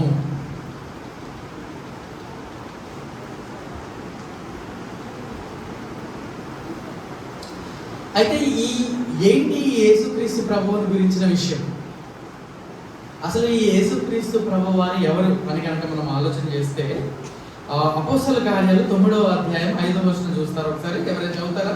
అపోస్తల కార్యాలు, క్షమించండి, రోమా పత్రిక, ప్రింటింగ్ తప్పబడిందా? రోమా పత్రిక అధ్యాయం అని రాశారు కదా, అపోస్తలుల కార్యాలు కాదు, రోమాపత్రిక 9వ అధ్యాయము 5వ వచనం. పితరులు వీరి వారు శరీరమును బట్టి క్రీస్తు వీరిలో పుట్టెను. ఇక్కడ నుంచి చూడండి, ఇక్కడ నుంచి గమనించండి. క్రీస్తు వీరిలో పుట్టెను. ఈయన అంటే ఇక్కడ ఎవరి గురించి మాట్లాడుతున్నామంటే యేసు క్రీస్తు ప్రభువారు. అర్థమవుతుందా? క్రీస్తు ఎవరంట? సర్వాధికారి అయిన దేవుడై ఉండి నిరంతరము స్తోత్రార్హుడై ఉన్నాడు. ఇప్పుడు సువార్త అంటే ఎవరిని గురించి అంట పౌలు చెప్తున్నాడు? యేసు క్రీస్తు ప్రభువే సువార్త. మార్కు సువార్త 1వ అధ్యాయము 1వ వచనంలో చూస్తే యేసు క్రీస్తు సువార్త ప్రారంభము అని ఉంటుంది. అంటే సువార్త అన్నప్పుడు లేదా గాస్పెల్ అని అన్నప్పుడు మనకు ఇంకా ఏది కూడా గుర్తుకు రావద్దు. ప్రాముఖ్యంగా గాస్పెల్ అన్నప్పుడు, సువార్త అన్నప్పుడు మనకు గుర్తొచ్చేది ఎవరు? ఒక వ్యక్తిగా లేదా దేవుడుగా ఉన్నటువంటి యేసుక్రీస్తు ప్రభువు వారు మనకి జ్ఞాపకం రావాలి. ఈ యేసుక్రీస్తు ప్రభువు వారు ఎవరు? ఆయన దేవాది దేవుడు. ఇందాక మనం రోమపత్రిక 1వ అధ్యాయంలో కూడా చూసుకుంటున్నప్పుడు ఇక్కడ మనం ఏం చూస్తాం? మన తండ్రి అయిన దేవుని నుండి, ప్రభు అయిన యేసుక్రీస్తు నుండి. ఇక్కడ ఇద్దరిని మనం చూస్తున్నాం కదా. బైబిల్ దేవుడి గురించి మాట్లాడేటప్పుడు బైబిల్ దేవుడు ఏ విధంగా ఉన్నాడంటే త్రిత్వమైన దేవుడుగా ఉన్నాడు. అంటే ఒక్కడే దేవుడు 3 వ్యక్తులుగా ఉన్నాడు. ఎలాగా అంటే తండ్రి అయిన దేవుడు, కుమారుడైన దేవుడు, పరిశుద్ధాత్మ దేవుడు. ఇక్కడ ఆ త్రిత్వంలో ఇద్దరిని మనం ఇక్కడ చూస్తా ఉన్నాం. ఈ 4వ వచనంలో చూస్తే తండ్రి అయిన దేవుని నుండి, ప్రభు అయిన యేసుక్రీస్తు నుండి. అంటే యేసుక్రీస్తు ప్రభు వారు ఎవరు అంటే దేవాది దేవుడు. ఆ అపోస్తలుల కార్యాలు 9వ అధ్యాయంలో పౌలుని దర్శించింది ఎవరు అంటే ఆ యేసుక్రీస్తు ప్రభు ఎవరైనా దేవాది దేవుడు. అంటే సువార్తను మనం వింటూ ఉన్నప్పుడు, సువార్తల గురించి, గాస్పెల్ గురించి మనం ఆలోచన చేస్తూ ఉన్నప్పుడు, లేదా ఎవరైనా వచ్చి మనకి నిజమైన సువార్తను మనకు చెప్తున్నారు అంటే మనకు ఎవరిని గురించి చెప్పాలండి? యేసుక్రీస్తు ప్రభువుని గురించి చెప్పాలి. ఆ యేసుక్రీస్తు ప్రభువు ఎవరంటే ఆయన సర్వాధికారి అయిన దేవుడు. అంటే ఆయన శక్తి గల దేవుడు, సర్వ అధికారం గల దేవుడు అని కూడా ఇక్కడ మనకు అర్థమవుతా ఉంది. చూడండి, అయితే ఈ సువార్తను గురించి అపోస్తలుడైన పౌలు ఏమంటున్నాడంటే, దేవుడు తన కుమారుడును మన ప్రభు అయిన యేసుక్రీస్తు విషయమైన ఆ సువార్తను ఏంటంటే పరిశుద్ధ లేఖనముల యందు తన ప్రవక్తల ద్వారా ముందుగా వాగ్దానం చేసింది. ఇక్కడ మనం ఒక నిమిషం మనం ఆగుదాం, ఓకేనా? సో ఈ సువార్తను దేవుడు ముందుగానే వాగ్దానం చేశాడు. వాగ్దానాలు అంటే తెలుసా నీకు? వాగ్దానాలు అనగానే మనకి ఏం గుర్తుకొస్తాయి చెప్తారా? చెప్పండి. 31st అంటారు వాగ్దానం. అలాగంటే 31st అంటే 31వ వాగ్దానమా? లేదు, 31వ తారీఖు కదా. డిసెంబర్ 31వ తారీఖు మనము మధ్యరాత్రి లేకపోతే తెల్లవారుజాములో ఈ ప్లేట్లో కార్డ్స్ పెడతారు కదా, వాటిని చాలాసార్లు మనము వాగ్దానాలుగా ఆ వాక్యాలను మనం తీస్తూ ఉంటాం కదా. దేవుడు నాకు ఇచ్చాడు లేదా మనకిచ్చాడు అన్నట్టుగా మనం భావిస్తూ ఉంటాం. కానీ యాక్చువల్గా బైబిల్లో వాగ్దానాలు లేదా ప్రామిస్ కార్డ్స్ అంటారు కదా, వాక్యంలో మనం వాగ్దానాలు లేదా ప్రామిస్ కార్డ్స్ చూస్తే ఆ వచనాలు ఇస్తారు కదా మనకి. ఆ వాగ్దానమును మనం ఒక్క వచనాన్ని ఎప్పుడు కూడా మన జీవితానికి అన్వయించుకోకూడదు. ఎందుకు అంటే ఆ వచనం పైన ఏముంది, ఆ వచనం తర్వాత ఏముంది. ఈరోజు మనం రోమాపత్రిక ధ్యానం చేసుకుంటున్నాం కదా. అసలు ఈ రోమాపత్రిక ఏంటి, ఎవరికి రాశారు, ఎవరు రాశారు, రోమా సామ్రాజ్యంలో, రోమ పట్టణంలో లేదా రోమా సంఘంలో ఉన్న పరిస్థితులు ఏంటి, ఇవన్నీ మనం ఎందుకు అర్థం చేసుకుంటున్నాం? అసలు అలా అర్థం చేసుకుంటేనే అసలు ఈ పత్రికలో పౌలు దేని గురించి మాట్లాడుతున్నాడు. ఇప్పటిదాకా ఈ పౌలు దేని గురించి మాట్లాడాడు చెప్పండి? ఈ పత్రికలో ఇప్పటిదాకా మనం చూసిన విషయాలను బట్టి చెప్తారా? ఇప్పటిదాకా చూసాం కదా, దేని గురించి మాట్లాడాడు? తన గురించి తాను పరిచయం చేసుకుంటున్నాడు. ఇంకా చెప్పాలంటే ఇప్పుడే ఇంపార్టెంట్ విషయానికి వచ్చాం. దేని గురించి మాట్లాడుతూ ఉన్నాడు? యేసు క్రీస్తు అనే సువార్త చెప్పాలంటే. అంటే సువార్త అంటే యేసుక్రీస్తు ప్రభువేనండి. ఆయన గురించి ముందుగానే వాగ్దానం చేయబడింది. ఎక్కడ వాగ్దానం చేయబడింది అంటే లేఖనాలలో. అంటే దేవుడు తనను తాను బయలుపరుచుకునేటువంటి లేఖనాలలో ముందుగానే దేవుడిచ్చిన వాగ్దానం ఏంటి అంటే యేసుక్రీస్తు ప్రభువారు. మనం ఇక్కడ చూసే ప్రామిస్ కార్డ్స్ అన్నీ కూడా న్యూ ఇయర్కి పెడతారు కదా, ఆ వాగ్దానాలన్నీ కనుక ఒక్కసారి బైబిల్ తెచ్చి ఆ అధ్యాయంలోకి వెళ్ళి చూస్తే యాక్చువల్గా అక్కడ ఉన్న వాగ్దానాలు దేవుడు ఎవరికి ఇచ్చాడు? అక్కడ ఉన్నటువంటి వ్యక్తులకి ఇచ్చాడు. నేను కూడా ఒకసారి ఏం చేస్తానంటే కీర్తనలు 2వ అధ్యాయం నుంచి ఒక వాగ్దానం వచ్చింది నాకు. వాగ్దానం అనుకుని తీసుకునేయండి, అడుగుకు జనములను నీకు స్వాస్థ్యముగాను భూమిని దిగంతముల వరకు నీకు సొత్తుగానే ఇచ్చేదనని ఒక మాట వచ్చింది నాకు. అమ్మో, అయితే నేను దేవుడిని అడగాలి ఏంటి, అడుగుము జనములను నీకు స్వాస్థ్యంగా ఇస్తానంటే జనాలను దేవుడు నాకు స్వాస్థ్యంగా ఇచ్చాడంటే నేను ఏం అర్థం చేసుకోవాలి? ఈ సంవత్సరం నాకు పెళ్ళయి పిల్లలు పుడతారా? లేకపోతే ఈ సంవత్సరం నేను బాగా సువార్త చేస్తే నేను సువార్త చేసిన దాన్ని బట్టి చాలా మంది రక్షించబడతారా? లేదా ఒకవేళ నేను అమెరికా వెళ్ళాలని నాకు బాగా ఆశగా ఉందనుకోండి, జనములను స్వాస్థ్యంగా ఇస్తాను, భూమిని సొత్తుగా ఇస్తానంటే అయ్యో నేను అమెరికా వెళ్ళాలనుకుంటున్నా కాబట్టి దేవుడు నాకు సొత్తుగా ఇస్తాడు అని ఇలా రకరకాలుగా మన ఆలోచనలను వాక్యాల్లో పెట్టుకొని దాన్ని మనం వాగ్దానంగా స్వీకరిస్తాం. ఉదాహరణకు 2012వ సంవత్సరంలో నాకు ఆ వాగ్దానం వచ్చింది అనుకుందాం, ఓకేనా? 2012 అని ఎందుకు చెప్తున్నానంటే తర్వాత చెప్తా స్టోరీ. 2011లో ఏం జరిగిందో చెప్తాను. ఆ వాగ్దానం అప్పుడు నేను అలా చూస్తుంటే 2012లో నాకు అసలు పెళ్లి కాలేదు. 2012లో నేను అసలు సువార్త నాకు తెలిసి చాలా ఎక్కువ మందికి ఏం చెప్పలేదు, లేదా నేను సువార్త చెప్పడం ద్వారా పలానా వ్యక్తి రక్షించబడ్డాడు అనేది కూడా 2012లో నాకు అంతగా గుర్తుకు లేదు. 2013-15లో జరిగినాయి కొన్ని విషయాలు. సువార్త చెప్పినప్పుడు దేవుని నమ్మడం అనేది జరిగింది, కానీ 2012లో అది జరగలేదు. 2012లో నేను అమెరికాకి కూడా వెళ్ళలేదు. మరి ఇప్పుడు ఏం చేయాలి? ఈ వాగ్దానం ఎవరికి అంటే ఆ వాగ్దానం కీర్తనకారుడు రాస్తూ ఉన్నప్పుడు ఆ వాగ్దానం ఎవరి గురించి రాయబడిందో తెలుసా?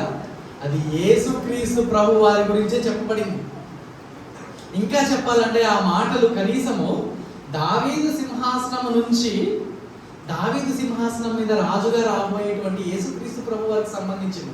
ఇలా మనం తెలియకుండానే బైబిల్లో చాలా వాగ్దానాలు కూడా ఎవరికైనా మనం అనుకుంటాం మన కోసం అని మనం అనుకునే అవకాశం ఉంది. అందుకనే ఒక వచనము ఎవరైనా తీసి మనకు చూపించినప్పుడు, లేదా మీ చర్చిలో నాకు తెలియదు ఎంతమంది రోజు స్టేటస్లో ఒక వాక్యాలు పెట్టుకుంటారు.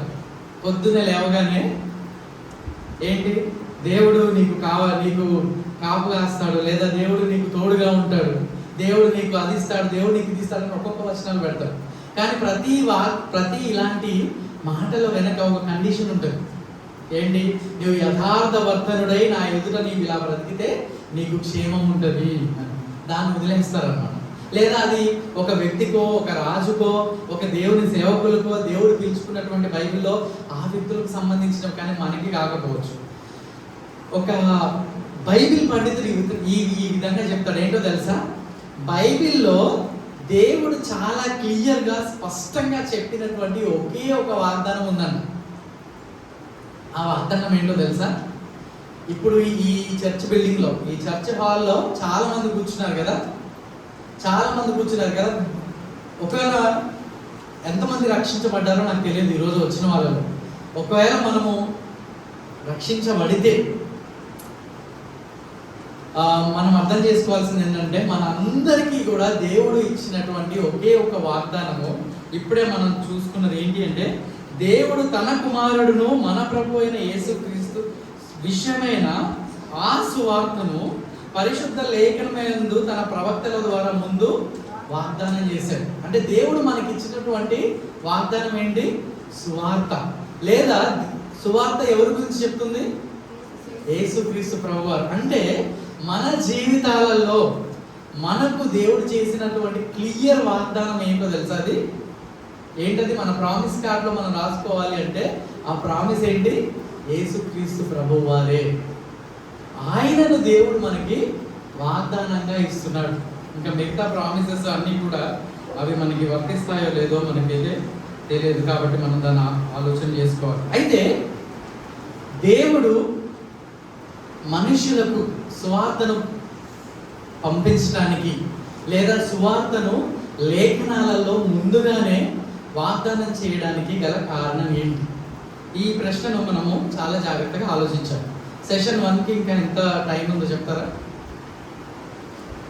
3 minutes, 30, ఇంకా 30 minutes టైం ఉంది, 30 నిమిషాలు. ఈ 30 నిమిషాలలో మనము చాలా చాలా జాగ్రత్తగా దేవుడు సువార్త లేకపోతే యేసుక్రీస్తు అనేటువంటి ఈ వాగ్దానాన్ని, ఈ ప్రామిస్ని ఎందుకు చేశాడు, లేదా లేఖనాలలో ముందుగానే ఎందుకు దేవుడు దాన్ని ప్రామిస్ చేశాడు అనేది మనం ఆలోచన చేస్తే ఈ మొట్టమొదటి సువార్త బైబిల్లో ఎక్కడుందో మనం గమనించాం. ఓకేనా? బైబిల్లో మొట్టమొదటి సువార్తకు సంబంధించిన మాట ఎక్కడుందో ఎవరైనా చెప్తారా? బైబిల్లో సువార్తను గురించినటువంటి మాటలు ఎక్కడున్నాయండి? ఒకవేళ ఇలా అడిగితే సాధారణంగా మీరు చెప్తారేమో. సువార్త అనే మాట బైబిల్లో మొట్టమొదటిసారిగా నూతన నిబంధనలో మత్తయి సువార్తలో మత్తయి సువార్త కదా. ఈ సువార్త అనే పదం మత్తయి సువార్తలో ఉంది కాబట్టి అక్కడే ఉంది బ్రదర్ అని చెప్తారు. కానీ మనం దాని గురించి మాట్లాడట్లేదు. ఇక్కడే అపోస్తలుడైన పౌలు ఏం చెప్పాడు ఇందాక? పరిశుద్ధ లేఖనముల యందు తన ప్రవక్తల ద్వారా ముందుగా వాగ్దానం చేశాడు. దేవుడు గాస్పెల్ని ముందుగానే ఎవరి ద్వారా ప్రకటించాడంట? సువార్తలు ఎవరి ద్వారా ప్రకటించాడు? ప్రవక్తల ద్వారానే ప్రకటించాడు. కానీ చాలా మంది ఏమనుకుంటారంటే నూతన నిబంధనలో యేసుక్రీస్తు ప్రభువారు ఎప్పుడైతే ఈ భూమి మీదకి వచ్చి చనిపోయాడో, ఆయన తిరిగి లేచాడో దాన్నే సువార్తగా చూస్తూ ఉంటారు. అసలు పాత నిబంధనలో సువార్తే లేదు అన్నట్టుగా ఆలోచన చేస్తారు. మరి పాత నిబంధనలో అంతా ఏముంది అంటే ఈ విధంగా చెప్తారు. సృష్టిని ఎట్లా సృష్టించారో ఉంది పాత నిబంధనల. తర్వాత సృష్టిలో ఉన్నటువంటి మనిషి పాపం చేశాడు కదా, పాపం చేసిన తర్వాత మనిషి ఎలా పడిపోయాడో ఉంది. దాని తర్వాత మనుషులు భూమి మీద విస్తరించిన తర్వాత వాళ్ళ పాపాలు ఎక్కువైపోయినాయి. దాని తర్వాత రాజులు వచ్చారు, వాళ్ళు పాపం చేశారు. దాని తర్వాత న్యాయాధిపతులు వచ్చారు, వాళ్ళు పాపం చేశారు. దాని తర్వాత ఇలాగ చూస్తూ తర్వాత ఏం జరిగింది? నూతన నిబంధన వచ్చేసింది. దాంట్లో యేసుక్రీస్తు ప్రభువారు వచ్చారు. ఆయన సువార్తను చెప్పాడు, లేదా యేసుక్రీస్తు ప్రభువారు శిష్యులు చెప్పారు అనేది సువార్త అన్నట్టుగా చాలా మంది ఆలోచన చేస్తారు. కానీ అది కాదు. ఇక్కడ అపోస్తలుడైన పౌలు చెప్తున్నట్టుగా దేవుడు లేఖనాలలో, దేవుని వాక్యంలో లేదా పాత నిబంధనలో కూడా తన సువార్తను చాలా స్పష్టంగా చెప్పాడు. ఎక్కడో మనం చూద్దాం. ఆదికాండము 3వ అధ్యాయము 15వ వచనం. ఆదికాండం 3వ అధ్యాయం 15వ వచనం. మరియు నీకును స్త్రీకిని నీ సంతానమునకు ఆమె సంతానమునకు వైరము కలుగు చేసేదను, అది నిన్ను తల మీద కొట్టును, నీవు దానిని మడిమ మీద కొట్టుదు అని చెప్పెను. ఆదికాండము 3వ అధ్యాయము 15వ వచనంలో ఈ మాటను మనం చూస్తూ ఉన్నాం. దీన్ని ఏమంటారంటే the first gospel in the Bible. అంటే పరిశుద్ధమైన గ్రంథమైన బైబిల్లో మొట్టమొదటి సువార్త అని ఆదికాండము 3వ అధ్యాయము 15వ వచనం. ఎందుకని దీన్ని 20 ఓకే, ఎందుకని ఆదికాండము 1వ అధ్యాయము 3వ అధ్యాయము 15వ వచనంలో దీన్ని సువార్త అని అంటారంటే, ఇక్కడ 3వ అధ్యాయంలో మనం చూసేది ఏంటి అంటే 3వ అధ్యాయానికి గుర్తుందా? ఆదికాండం 1వ అధ్యాయంలో ఏం జరిగింది చెప్తారా ఎవరైనా? ఆదికాండం 1వ అధ్యాయంలో ఏం చూస్తాము? దేవుడు సృష్టిని అంతటిని కూడా తన నోటి మాట చేత సృష్టించడం మనం చూస్తాం. దాని తర్వాత 1వ అధ్యాయం చివరిలో 2వ అధ్యాయంలో ఏం చూస్తాము? దేవుడు సృష్టిలో ఉన్నటువంటి సమస్తాన్ని సృష్టించిన తర్వాత ఎవరిని సృష్టిస్తాడు? ఆదాము అవ్వలను లేదా మనుషులను సృష్టిస్తాడు అనేది మనం చూస్తాం. అంటే మనుషులకు కావాల్సినటువంటి సృష్టిని అంతటిని, అంటే వెలుగును చీకటిని వేరు చేయడము, సముద్రములను, ఈ భూమిని, సముద్రం మీద ఉండేటువంటి జంతువులను లేదా రకరకాల చెట్లను అన్నిటినీ దేవుడు సృష్టించిన తర్వాత మనుషులు సృష్టిస్తాడు. ఇది ఎట్లుందంటే ఉదాహరణకు మాకు ఇంట్లో ఒక ఎక్వేరియం అంటే తెలుసా? ఎక్వేరియం అంటే ఎంతమందికి తెలుసు? ఎక్వేరియం అంటే చేప పిల్లల్ని ఒక తొట్టిలో పెడతాం కదా, చేప పిల్లల తొట్టి. ఉదాహరణకు నేను ఒక చెరువులో నుంచి చేపల్ని తీసుకొచ్చి ఇంట్లో పెంచుకోవాలనుకోండి, నేను ఏం చేస్తాను? ఫస్ట్ ఏం చేస్తాను? నేను చేప పిల్లల్ని ఇంటికి తెచ్చుకుంటాను, అంతేనా? లేదు ఫస్ట్ నేను ఏం చేస్తా, ఒక గ్లాస్ తొట్టిని కొనుక్కుంటాను. దాన్ని మంచిగా అందంగా తీర్చిదిద్ది దాంట్లో కొంచెం ఇసుక పోస్తాను, దాంట్లో కొంచెం నీళ్లు పోస్తాను. అలాగే మొత్తం సర్దిన తర్వాత అప్పుడు ఏం చేస్తాను, చేప పిల్లల్ని చెరువులోంచి తీసుకొచ్చి దాంట్లో వేస్తాను. దేవుడు కూడా ఏం చేశాడంటే, ఒక విధంగా సృష్టి అంతటిని చూసినప్పుడు దేవుడు సృష్టి అంతటిని కూడా మనిషి కోసమైనా తయారు చేసింది అన్నట్టుగా ఉంది. అంటే దేవుడు అన్నిటినీ, అంటే భూమిని, ఆకాశాన్ని, పశుపక్షాదులను, చెట్లను, ఆహారాన్ని, నీటిని, సమస్తాన్ని సృష్టించిన తర్వాత మనుషులు దేవుడు తయారు చేశాడు. చూడండి, దేవుడికి మనిషి అంటే ఎంతో ప్రేమ. దేవుడు తన స్వరూపంలో మనిషిని తయారు చేసుకున్నాడు. తన స్వరూపంలో అంటే అర్థం ఏంటి? దేవుడు చూస్తాడు కదా, చూడగలదా దేవుడు చూడగలడా లేడా? అపోస్తలుడైన పౌలు చూసింది ఎవరండి? దమస్కు మార్గాల్లో పౌలు ఉన్నాడని చూసింది ఎవరు? దేవుడే. ఆపింది ఎవరు? ఎలా ఆపాడు? సౌలా అంటే మాట్లాడాడు. దేవుడు చూస్తాడు, దేవుడు మాట్లాడతాడు, దేవుడు వింటాడు. అననీయతో దేవుడు మాట్లాడాడు, దేవుడు విన్నాడు. అర్థమవుతుందా? దేవుడు ప్రేమిస్తాడు, ప్రేమ కలిగిన వాడు. అందుకనే దేవుడు మనిషిని తయారు చేశాడు. ఎంతో ప్రేమించి దేవుడు ఎలా అయితే ఆలోచిస్తాడో, మాట్లాడతాడో, ప్రేమిస్తాడో, వీటన్నిటినీ కలిగినటువంటి మనుషులుగా దేవుడు మనిషిని తయారు చేశాడు. కానీ 3వ అధ్యాయంలో ఒక ఘోరమైన పరిస్థితి జరిగింది. ఏం జరిగింది? ఆదికాండం 3వ అధ్యాయంలో దేవుడు తన స్వరూపంలో మనిషిని తయారు చేసుకుని మనిషికి కావలసినవన్నీ దేవుడు ఇచ్చాడు. కానీ ఒక్క ఆజ్ఞను దేవుడికి ఇచ్చాడు. దేవుడు మనిషికి ఇచ్చాడు. ఏంటది? ఏదేను వనంలో మనిషిని పెట్టాడు కదా, ఏదేను వనంలో ఒక్క ఆజ్ఞని ఇచ్చాడు. ఏంటి? దేవునికి లోబడి జీవించమని ఇచ్చాడండి ఆజ్ఞ కదా. మీరేమన్నారు? ఒక పండు ఉంది, ఒక చెట్టు ఉంది, దాని పండుని మీరు తినద్దు. ఆ చెట్టు ఏంటి, ఆ పండు ఏంటి అని మనం ఆలోచన చేస్తే, ఆ చెట్టు, ఆ పండు దేనికి గుర్తుగా ఉందో తెలుసా? ఈ చెట్టు దగ్గరికి, ఈ పండు దగ్గరికి మీరు వెళ్ళి తినకూడదు అని చెప్పినప్పుడు వాళ్ళు ఏం చేస్తున్నట్టు? దేవునికి లోబడుతున్నట్టు. అంటే దేవుడు ఒక కండిషన్ పెట్టాడు. ఏంటి? మీరు నాకు లోబడి జీవించాలి, మీరు నా ఆజ్ఞ ప్రకారం జీవించాలి. మీరు ఈ చెట్టుని, ఈ పండును చూసినప్పుడు మీకు ఏం గుర్తొస్తామో, మనం దేవుడికి లోబడి జీవించాలి. దేవుడు ఈ చెట్టుకు ఉన్నటువంటి పండును తినద్దని చెప్పాడు కదా, కాబట్టి నేను దేవుడికి లోబడి జీవించాలి అనేది ఒక ప్రిన్సిపల్ దాగి ఉందన్నమాట దాంట్లో. అంటే దేవునికి లోబడేటువంటి ప్రజలుగా ఏదేను వనంలో వాళ్ళు జీవించాలి. కానీ ఏం జరిగింది అక్కడ? ఒక గొప్ప డేంజర్ అయింది. ఇక్కడ ఏం డేంజర్ అయింది? 3వ అధ్యాయంలో మనం చూస్తాం కదా, అపవాది, పడిపోయినటువంటి దేవదూత. ఈ దేవదూతలు కూడా ఎవరిని సృష్టించారు?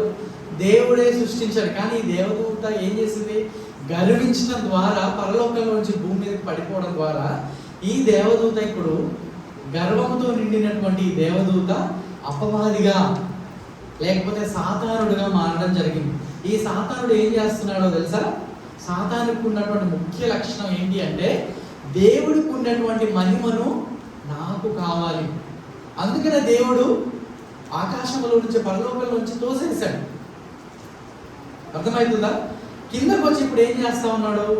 దేవుడు తయారు చేసినటువంటి మనుషులను కూడా పాడు చేయాలి, అంటే దేవునికి వ్యతిరేకంగా తయారు చేయాలి అనే ఉద్దేశంతో, దేవుడికి లోబడని వారిగా చేయాలని ఇప్పుడు అపవాది కదా ఎలా రావడం చూస్తాం. అక్కడ మనము 3వ అధ్యాయం 1వ వచనం, దేవుడైన యెహోవా చేసిన సమస్త భూజంతువులలో సర్పము యుక్తులై ఉన్నదో అది స్త్రీతో ఇది. అంటే ఈ అపవాది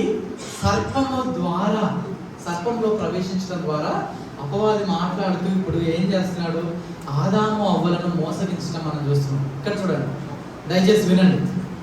అపవాది ఏం చేస్తా ఉన్నాడంటే మోసగిస్తా ఉన్నాడు. ఏమైనా మోసగిస్తున్నాడో తెలుసా? దేవుడు మిమ్మల్ని లోబడమంటున్నాడు. మీకు ఏ కండిషన్ పెట్టాడు? ఆ చెట్టు ఫలాన్ని తినద్దు అని చెప్పి మిమ్మల్ని లోబడద్దని చెప్తున్నాడు. అంటే ఇంకా మోసపూరితమైన మాటలు. దేవుడు ఏం చెప్పాడు? నువ్వు తినద్దని చెప్పాడు. అపవాది ఏం చెప్తున్నాడు? నీవు నిశ్చయంగా తినచ్చు అని చెప్తున్నాడు. ఎందుకు తినాలంట? ఆ చెట్టు పండుని తింటే ఏమవుతుందని చెప్తున్నాడు అపవాది. మీరు దేవతల వలె, దేవుళ్ళలాగా అవుతారు మీరు. అర్థమవుతుందా? ఇది చాలా సింపుల్ గా చూస్తారు కానీ చాలా ప్రాముఖ్యమైన విషయం. దేవుడేమో మనుషులను సృజించి మొట్టమొదటి స్త్రీకి పురుషునికి ఒక ఆజ్ఞ ఇచ్చాడు. ఏమని? ఈ చెట్టు, ఉదాహరణకు ఇదొక చెట్టు, ఓకేనా? అక్కడ చూడండి అందరు, ఓకేనా? ఇది ఏదైనా వనంలో, ఓకేనా, మంచి చెడుల, ఓకేనా, మంచి చెడు ఫలాలను ఇచ్చేటువంటి వృక్షం. ఇది ఇంకొక చెట్టు ఉంది కదా ఇక్కడ, దీన్ని మనం ఏమనుకోవచ్చు? జీవవృక్ష ఫలం అనుకుందాం. ఇది జీవవృక్ష ఫలము, ఇది మంచి చెడుల తెలివినిచ్చే వృక్ష ఫలము. ఇంకా ఈ ఏదేని వనంలో చాలా చెట్లు ఉన్నాయి. ఎక్కడో తెలుసా? ఒకసారి మీ తల పైకి చూడండి. ఇవన్నీ చెట్లు అనుకోండి, డెకరేషన్. ఇది ఏదేని వనం అని మనం అనుకుందాం. ఈ ఏదేని వనంలో మంచి చెడుల తెలివినిచ్చే వృక్షం ఉంది. దానికి ఇప్పుడు ఫలాలు ఉన్నాయంటే చాలా పండ్లు ఉన్నాయి అనుకుందాం ఈ చెట్టుకి. ఇంకా చాలా చెట్లు కూడా ఉన్నాయి పైన చూస్తున్నారు కదా, ఇదంతా ఏదేని వనం. ఈ చెట్లలో ఏ పండునైనా కూడా వాళ్ళు తినచ్చు. జీవవృక్ష ఫలాన్ని తినచ్చు. ఈ చెట్లకు ఉన్నటువంటి ప్రతి ఫలాన్ని కూడా తినచ్చు. కానీ దేవుడు ఒక కండిషన్ పెట్టాడు, ఏంటి? ఆ చెట్టు ఫలాన్ని మీరు తినద్దు. అయితే ఆదాము అవ్వలు ఆ ఏదేని వనంలో అటు ఇటు తిరుగుతూ ఉన్నారు, ఓకేనా? అటు ఇటు తిరుగుతూ ఈ చెట్టు ఫలాన్ని తీసుకుని వాళ్ళు తినచ్చు, ఓకేనా? ఈ చెట్టు ఫలాన్ని తీసుకుని కూడా వాళ్ళు తినచ్చు. ఈ చెట్టు ఫలాన్ని కూడా తినచ్చు. కానీ ఎప్పుడైతే ఈ చెట్టును చూస్తున్నారో వాళ్ళకి ఏమర్థమవుతుంది? అమ్మో లేదు, ఈ చెట్టు యొక్క ఫలాన్ని నేను తినకూడదు. ఎందుకు అంటే ఇది దేవుని ఆజ్ఞ. అంటే ఈ చెట్టు ఏం తెలియజేస్తుందో తెలుసా? నేను దేవునికి లోబడి జీవిస్తున్నానా? ఆ చెట్టు దేన్ని తెలియజేస్తుంది? ఒకవేళ ఆ చెట్టు ఫలాలను తింటే ఏం చేస్తున్నట్టు? దేవుడి యొక్క ఆజ్ఞను నేను మీరుతున్నట్టు. నా జీవితంలో దేవుడికి నేను దేవుని ఆజ్ఞను మీరినట్టు. లేదా అది తినకుండా నేను అలానే ఉంటే నేను దేవునికి లోబడి బ్రతుకుతూ ఉన్నాడు. ఇప్పుడు వాళ్ళకి ఒక పరీక్ష, చాలా గొప్ప పరీక్ష కదా. ఒక భక్తుడు ఈ విధంగా అంటాడు, మనము మనుషులంగా పాప శరీరంతో ఉన్నాం కదా. మన శరీరంలో పాపము అనే నియమం ఉంది.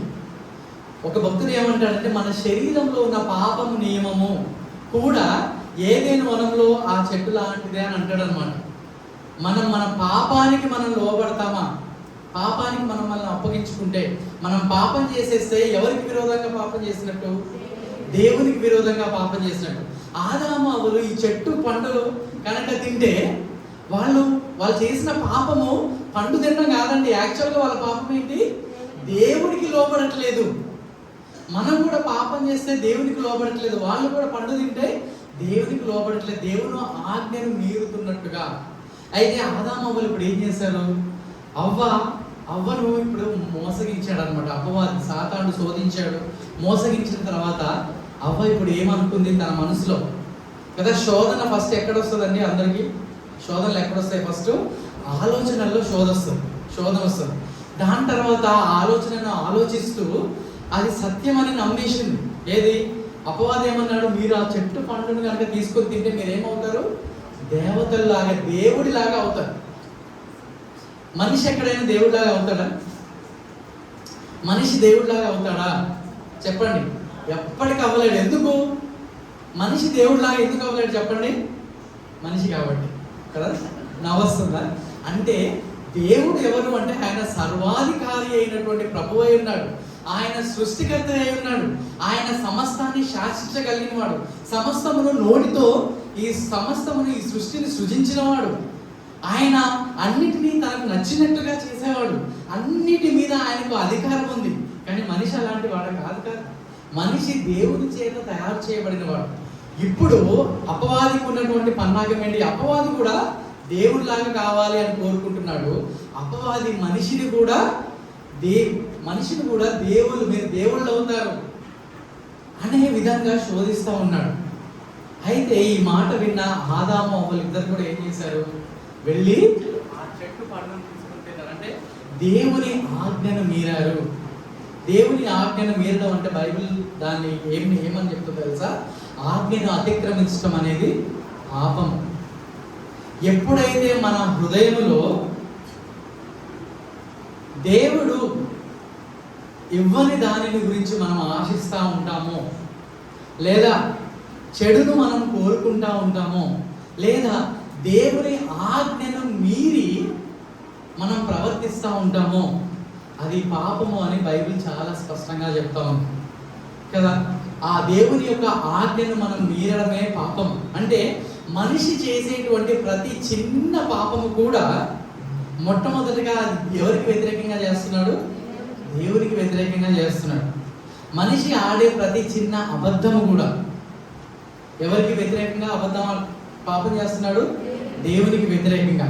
మనిషి అపవిత్రంగా కోపపడుతున్నాడు అనుకోండి, చెడ్డ కోపం ఉంది మనిషికి అనవసరంగా కోపం వస్తుంది, బూతులు మాట్లాడుతున్నాడంటే అది ఎవరికి వ్యతిరేకంగా పాపం చేస్తున్నాడు? దేవునికి వ్యతిరేకంగా పాపం చేస్తున్నాడు. ఒకవేళ నువ్వు దొంగతనం చేస్తున్నావేమో, అది ఎవరికి వ్యతిరేకంగా పాపం చేస్తున్నాము? దేవునికి. ఎందుకు? మనిషిని సృష్టించింది ఎవరు? దేవుడు. మనిషి ఎవరికి లోబడి జీవించాలి? దేవునికి లోబడి జీవించాలి. మనిషి ఎవరికి చెందినవాడు? మనిషికి ఓనర్ ఎవరు? దేవుడు. అసలు దేవుడు సృష్టించకపోతే మనం లేమండి కదా. ఎందుకు అంటే మనము ఇర్మియా గ్రంథంలో ఒక వాక్యాన్ని చూస్తాం. ఏంటో తెలుసా? అదేవిధంగా కీర్తనల్లో కూడా చూస్తాం. తల్లి గర్భమందు నన్ను నిర్మించిన వాడవు నీవే. ఇక్కడ మనం పుట్టిన ప్రతి ఒక్కళ్ళం కూడా నీవు నన్ను కలుగు చేసిన విధంగా భయము ఆశ్చర్యం నాకు పుడుతుంది. నా అంతరింద్రియమును కలుగు చేసిన విధంగా స్త్రీ పురుషులు కలిసినప్పటికీ, స్త్రీ పురుషులు లైంగికంగా కలిసినప్పటికీ కూడా ఆ జీవాన్ని కడుపులో తయారు చేసేది ఎవరండి? దేవుడే. ఇక్కడున్న మనలో ప్రతి ఒక్కరిని కూడా తల్లి గర్భమందు నిన్ను నన్ను సృష్టించింది ఎవరు? దేవుడే. జీవానికి అధిపతి, జీవానికి కర్త. ఇంతవరకు ఏ సైంటిస్ట్ కూడా ఈ ప్రపంచంలో జీవకణాన్ని తయారు చేయలేదు. జీవకణాన్ని ఏ మనిషి కూడా సృష్టించలేదు. జీవాన్ని తయారు చేసింది ఎవరు? దేవుడే. దేవుడు కలుగు చేసిన దాంట్లో నుంచే అన్ని తీసుకొని సైంటిస్టులు ఏం చేస్తున్నారు? రీసెర్చ్లు చేస్తున్నారు. రకరకాలుగా విధానాలుగా వాళ్ళు టెస్ట్ ట్యూబ్ బేబీస్ అని రకరకాలుగా చేస్తున్నారు. కానీ జీవకణాన్ని తయారు చేసింది దేవుడు మాత్రమే. కాబట్టి ప్రతి జీవము దేవుడికి చెందింది. ప్రతి మనిషి కూడా దేవుడికి చెందినవాడు. కాబట్టి ఇప్పుడు మనిషి ఎవరికి లోబడి జీవించాలి? దేవునికి. దేవుడు చెప్పినట్టుగా దేవునికి లోబడి జీవించాలి. కానీ ఆదాము అవ్వలు ఏం చేశారు? దేవుడు చెప్పినట్టుగా దేవుడికి లోబడి జీవించలేదు. ఒక్కసారి మన జీవితాల గురించి కూడా మనం ఆలోచన చేద్దామా? అసలు దేవుడు ఈ సువార్తను ఎందుకు వాగ్దానం చేయాల్సి వచ్చింది? దేవుడు యేసుక్రీస్తు ప్రభువే సువార్త, యేసుక్రీస్తు ప్రభువే మనకు వాగ్దానం చేయబడ్డాడని ఎందుకు చెబుతున్నాడు? మొట్టమొదటి సువార్త 3వ అధ్యాయం 15వ వచనం ఆదికాండం గురించి మనం ఎందుకు ఆలోచన చేస్తున్నామో తెలుసా? మొట్టమొదటి మనిషి అయినటువంటి ఆదాము అవ్వలను మొదలుకొని ఈరోజు నీ వరకు, నా వరకు, నేనంటే శ్రావణ్, లేదా ఇక్కడ కూర్చున్నటువంటి అన్వేష్, బయట ఆనంద్ కూర్చున్నాడు, లేకపోతే ఇక్కడ మీలో ఉన్నటువంటి వాళ్ళు, మనం ఎవ్వరమైనా కూడా మనం అందరం కూడా ఏం చేస్తున్నాము? పాపం చేస్తున్నాం. ఒక్కసారి మానవుని యొక్క దుర్భరమైన పరిస్థితి ఎలా ఉందో మనము ఆలోచన చేయడానికి ప్రయత్నం చేసే ముందు నాకు తెలిసి ఇప్పుడు ఒక చిన్న షార్ట్ బ్రేక్ తీసుకుంటే మంచిది. చూడండి, మనిషి ఏం చేశాడు, లేదా ఆదాము అవ్వలు ఏం చేశారు? 3వ అధ్యాయం 15వ వచనం చూసుకొని మనం క్లోజ్ చేసుకుందాము. దాని తర్వాత మనము బ్రేక్ తర్వాత నెక్స్ట్ సెషన్కి వెళ్దాం. ఆదాము అవ్వలు దేవునికి ఇప్పుడు ఏం చూశారు? ఏమైపోయారు? అవిధేయులైపోయారు, ఆజ్ఞను మీరారు, వాళ్ళు పాపం చేశారు. వాళ్ళకు కలిగిన ఆశ ఏంటి? వాళ్ళలో కలిగిన ఆశ ఏంటి? పండుని నేను తినాలి. అంటే ఎవరికి అవిధేయత చూపించాలనుకున్నారు? దేవునికి అవిధేయత చూపించాలనుకున్నారు. ఇంకొకటి ఏంటి? మీరు దేవతల వలె, దేవుళ్ళ వలె అవుతారంటే ఆదాము అవ్వలు ఏమనుకున్నారు? నేను కూడా దేవుణ్ణి అవ్వాలి. అంటే దేవుడు నా నుంచి ఏదో దాచిపెడుతున్నాడు, అది నాకు కావాలి. దేవుడు ఇచ్చేది మాత్రమే కాదు, దేవుడు ఇవ్వనిది కూడా నాకేదో కావాలి. అంటే మనం ఏం చేస్తామంటే చాలాసార్లు మనము పాపపు మార్గాలలో పాపం చేస్తూ నాకు అది కావాలి, ఇది కావాలి అని ఆశిస్తూ ఉంటాం. అర్థమంతా పాప పూరితంగా మనం వీటిని ఆశించే వాళ్ళంగా మనం పాపులం అవుతా ఉన్నాం. అంటే వాళ్ళు దేవుళ్ళు అవ్వాలి అని అనుకుంటారు. దేవుళ్ళు అవ్వడం అంటే అర్థం ఏంటో తెలుసా? నేనే పండు తింటాను, నా ఇష్టం, నేను పండుని తింటాను. అంటే నేనే నిర్ణయం తీసుకుంటాను. ఏది మంచి చెడు అది నేనే నిర్ణయిస్తాను.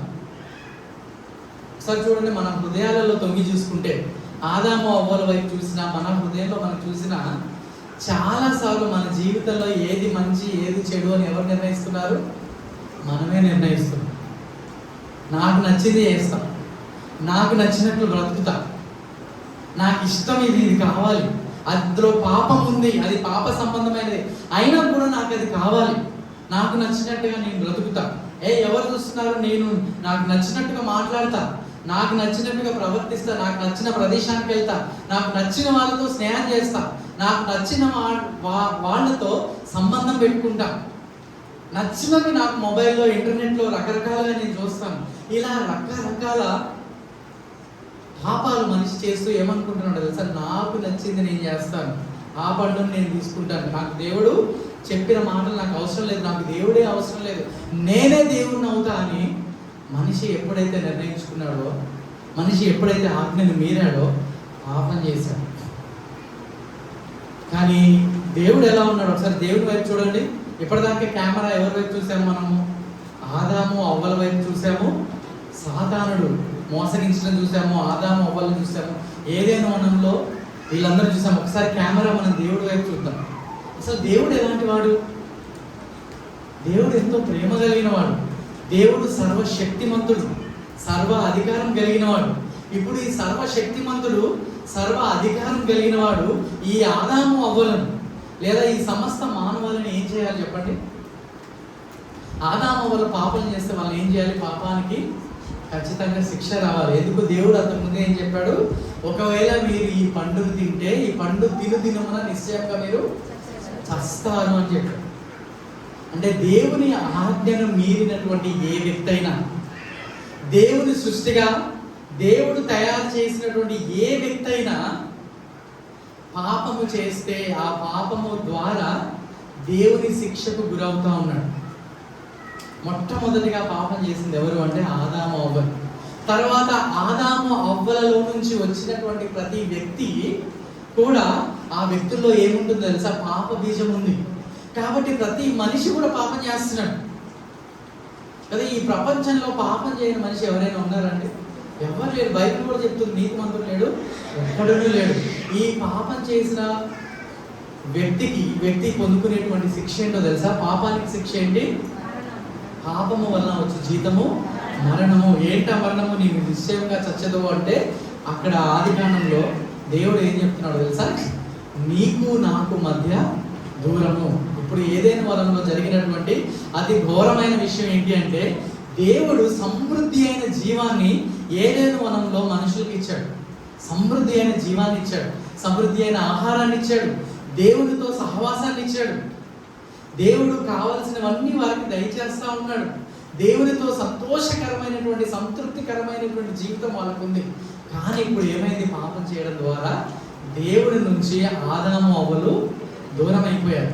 అంటే ఈ ఏదైనా వనంలో ఉన్నటువంటి ఆదాము అవ్వలు ఇప్పుడు బయటికి తోలివేయబడ్డారు. అర్థమవుతుందా? అక్కడ మనం ఈ అధ్యాయంలో మనం చూస్తూ ఉంటాం, దేవుడు వాళ్ళని బయటికి పంపించడం దేనికి గుర్తుగా ఉంది? మనిషికి దేవుడికి మధ్య దూరం రావడం. ఈ మనిషికి దేవునికి మధ్య దూరము రెండు విషయాలను చూపిస్తుంది. ఒకటి ఏంటో తెలుసా? భౌతిక మరణం. అంటే మనిషి పాపాలు చేయడం ద్వారా చనిపోతాడు. ఈ ప్రపంచంలో చనిపోయినటువంటి వ్యక్తి ఎవరైనా ఉన్నారా? ప్రతి వ్యక్తి కూడా చనిపోతున్నాడు. ఓకేనా? కొంతమంది బైబిల్లో నుంచి అటు ఇటు ఏమైనా చూపిస్తారేమో, కానీ సాధారణంగా పాపం చేయడం ద్వారా ప్రతి వ్యక్తి కూడా భౌతికంగా మరణిస్తారు. అందుకు చాలా మంది మరణ వార్తలు మనం వింటూ ఉంటాం. మనం కూడా ఒకరోజు చనిపోతాం. అంటే భౌతికమైన మరణాన్ని తీసుకుని వచ్చింది. అంత మాత్రమే కాదు, పాపము దేన్ని తీసుకుని వచ్చిందో తెలుసా? నిత్య నరకాన్ని, నిత్య మరణాన్ని కూడా తీసుకుని వచ్చింది. మనిషి ఇలాంటి గొప్ప ప్రమాదకరమైన పరిస్థితిలోనికి వెళ్ళిపోయాడు. ఎందుకు? దేవునికి వ్యతిరేకంగా పాపం చేయడం ద్వారా. సో ఇప్పుడు మనం ఒక చిన్న షార్ట్ బ్రేక్ తీసుకుందాము. మనిషి దేవునికి వ్యతిరేకంగా ఎలా పాపం చేస్తానన్నాడు, ఆ పాపం ద్వారా మనిషి ఎలాంటి దుస్థితిలోనికి వెళ్ళిపోయాడు, దానికి మన దేవుడు ఇచ్చినటువంటి పరిష్కారం ఏంటి అనేది మనము బ్రేక్ తర్వాత మనం చూసుకుందాం. ఓకేనా? చిన్న ప్రార్థన చేసుకుందామా?